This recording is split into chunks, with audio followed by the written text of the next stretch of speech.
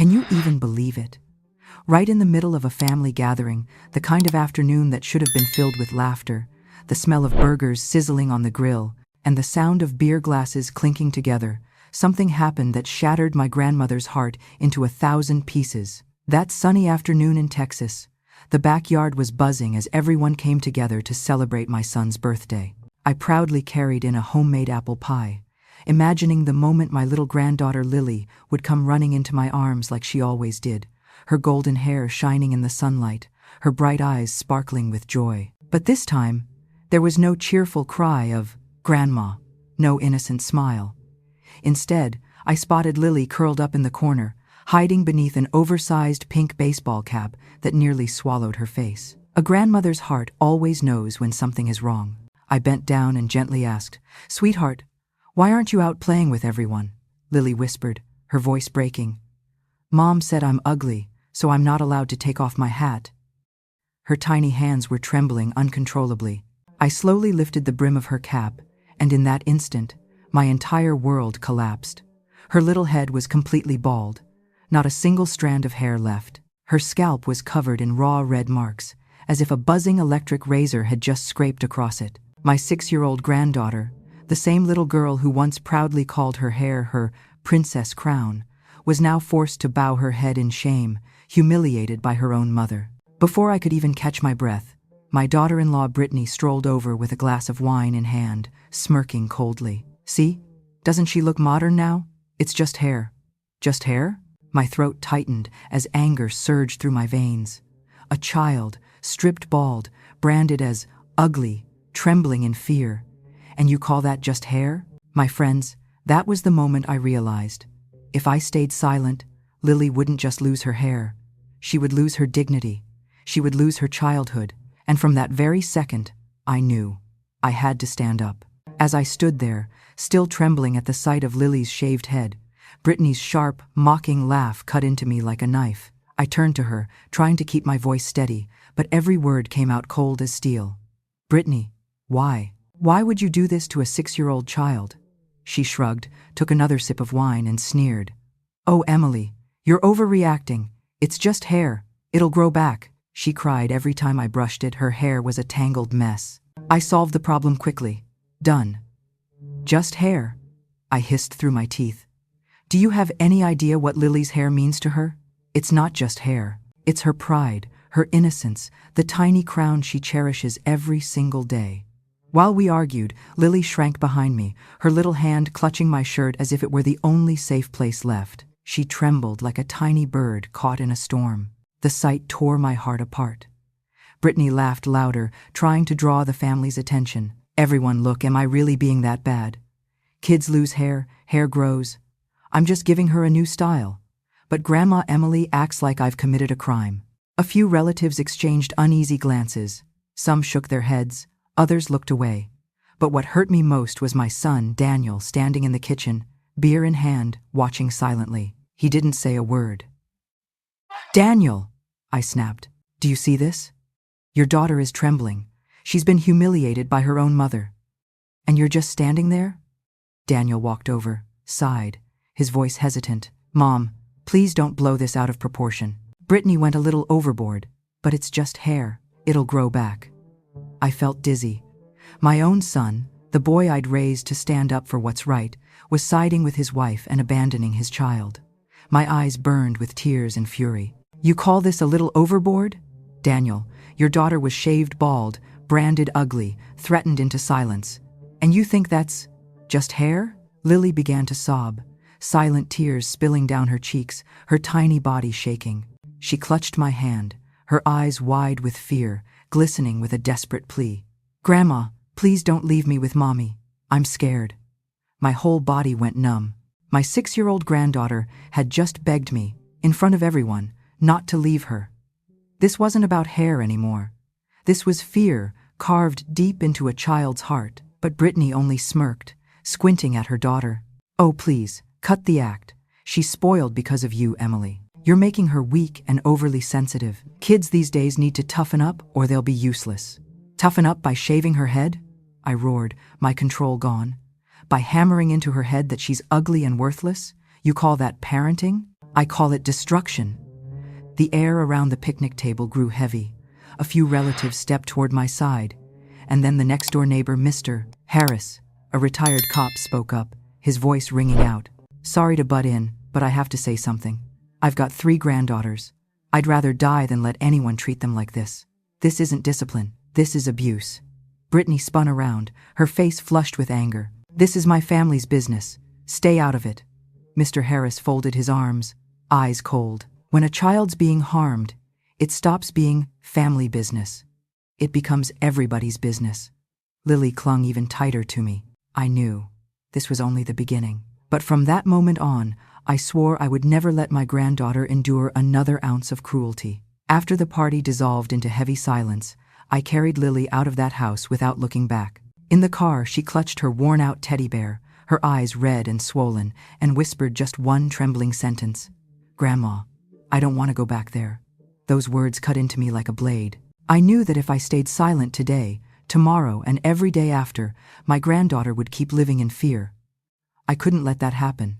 The very next morning, I took Lily to a pediatrician for an examination. When the doctor saw the small scratches on her scalp, he sighed and shook his head. This isn't a normal accident. I'm documenting it in her chart. You should seriously consider reporting this to Child Protective Services. My blood boiled. He was right. It was time to act. That afternoon, I met with an old friend, Alan Brooks, a well-known family attorney in the area. His office smelled of coffee and paper. The moment I finished my story, he frowned and said firmly, Claire, what you've described isn't just neglect. This is psychological abuse with signs of physical harm. We need to gather evidence and contact social services immediately. Together we listed everything. Photos of Lily's injuries, the pediatrician's notes, her own testimony, and most crucially, the statements from Mr. Harris and several relatives who were at the party. I filed every piece into a folder, my hands trembling but my heart steady. That night, as Lily slept beside me, I stared at her bald little head under the soft glow of the nightlight. Hair will grow back, I told myself. But if I allow her spirit to be destroyed, nothing will ever heal. Within days, Child Protective Services opened a formal investigation. Brittany and Daniel were summoned. I appeared as Lily's temporary guardian. The interrogation room felt suffocating. Every word landed like a hammer blow. Brittany tried to sound confident, but her hands kept trembling. It was just discipline. She's stubborn and messy. I only wanted to teach her to be neat. But when the social worker turned to Lily, the child whispered through her tears, Mom says I'm ugly. She said if I cry again, she'll cut off my eyelashes. I'm scared. The room went silent. No one could mistake the truth in a child's tear-filled eyes. Daniel sat beside her, sweat beading on his forehead. He looked at his daughter and then looked away, as if he couldn't bear the truth. For the first time, I saw doubt flicker in his eyes, his faith in his wife cracking. Attorney Brooks rose, his voice firm. Ladies and gentlemen, this is not discipline. This is humiliation and psychological intimidation of a 6-year-old. We request that temporary custody be granted to Mrs. Claire and that both parents undergo mandatory counseling. I sat there holding Lily's hand, feeling her tiny fingers trembling but slowly gripping mine tighter, as if she'd finally found a lifeline. I knew this fight was only beginning. But at least this time, I wasn't alone. I had a lawyer, witnesses, evidence, and above all, the heart of a grandmother who would do anything to protect her little girl. After the meeting with Child Protective Services, I took Lily back to my home. She stayed silent the entire ride. I tried to chat, to tell a few funny stories, but all I got was a faint, forced smile. That night, when I walked into the room, I saw her sitting in front of the mirror, coloring a picture of herself with long hair and whispering, I wish my hair would grow back tomorrow. My heart clenched. I knew the wounds inside her wouldn't heal easily. News traveled through the neighborhood faster than I expected. The next day at the supermarket, several neighbors approached me.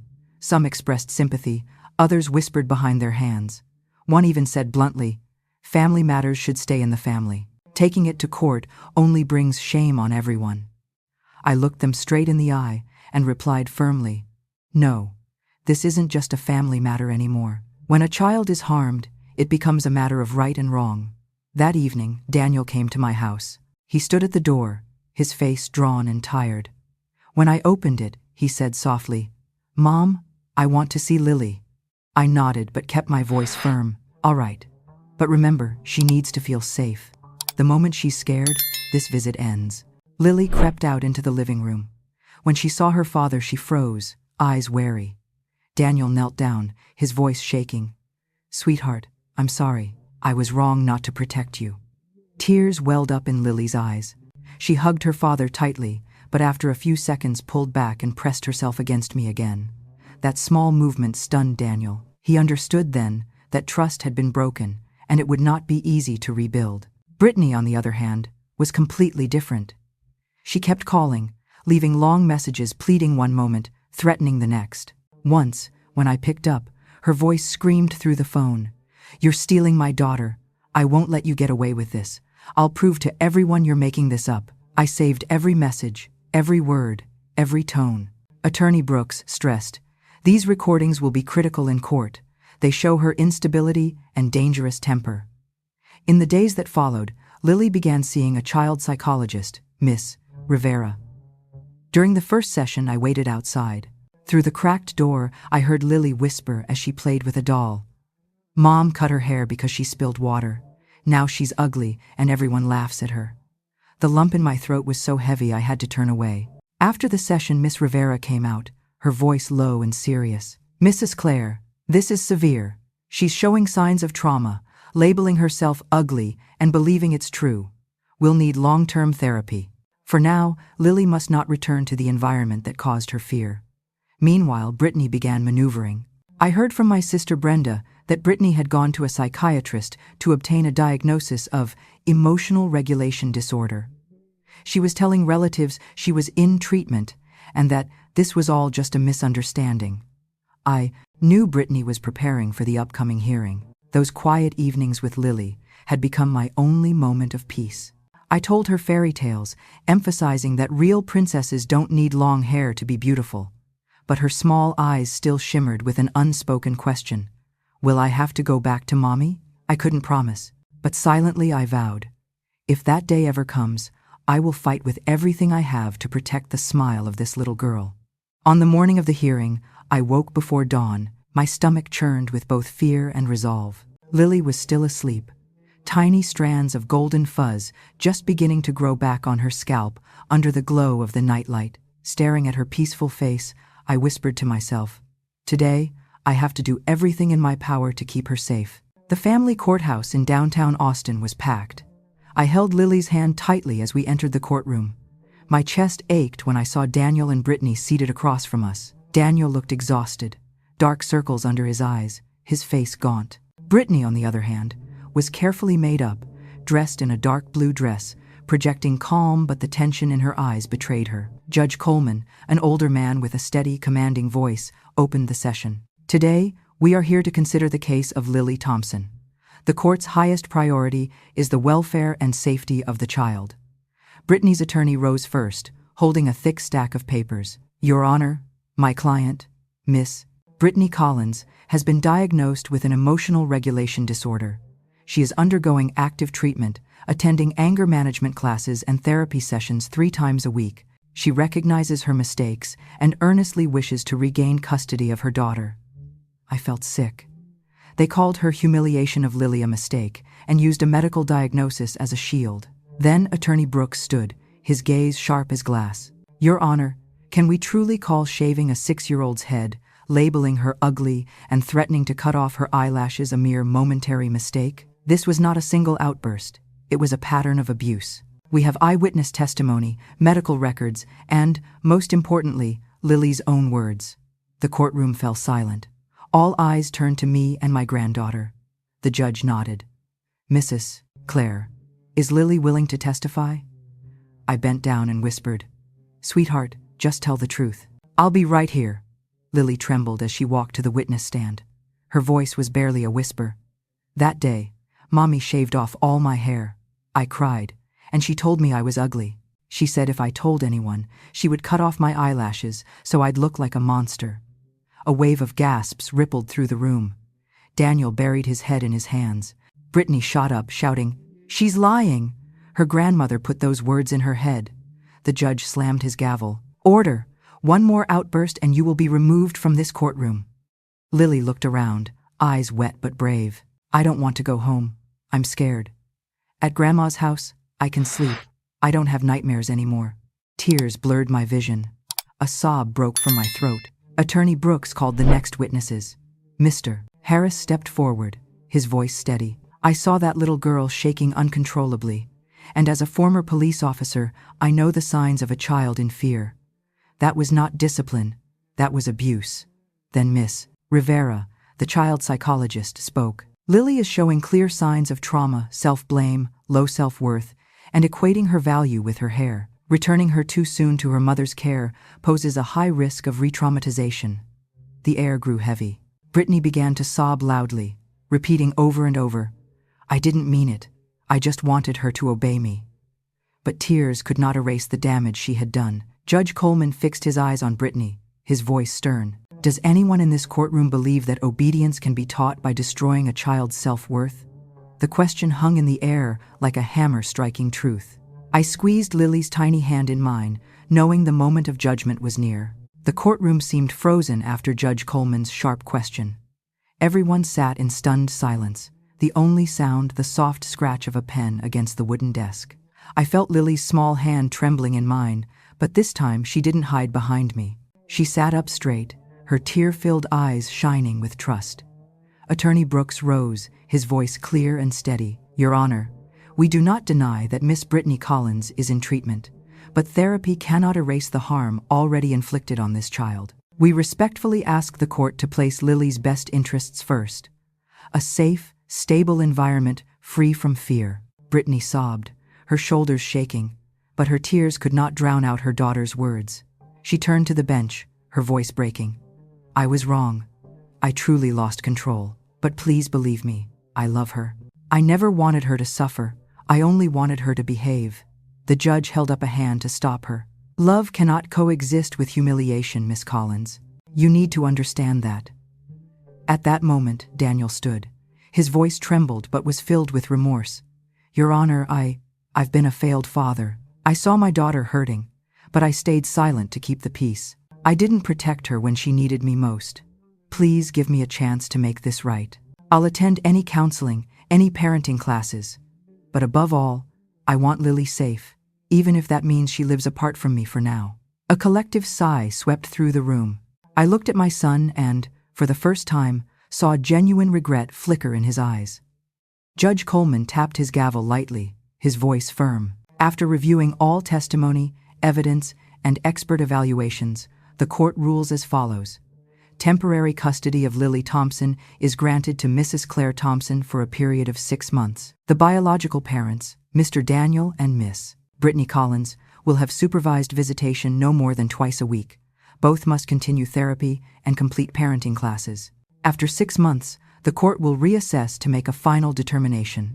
The gavel came down with a decisive crack, closing the hearing.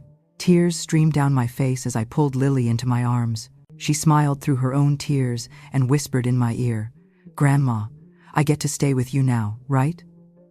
I nodded, my voice breaking. Yes, sweetheart, you're safe now.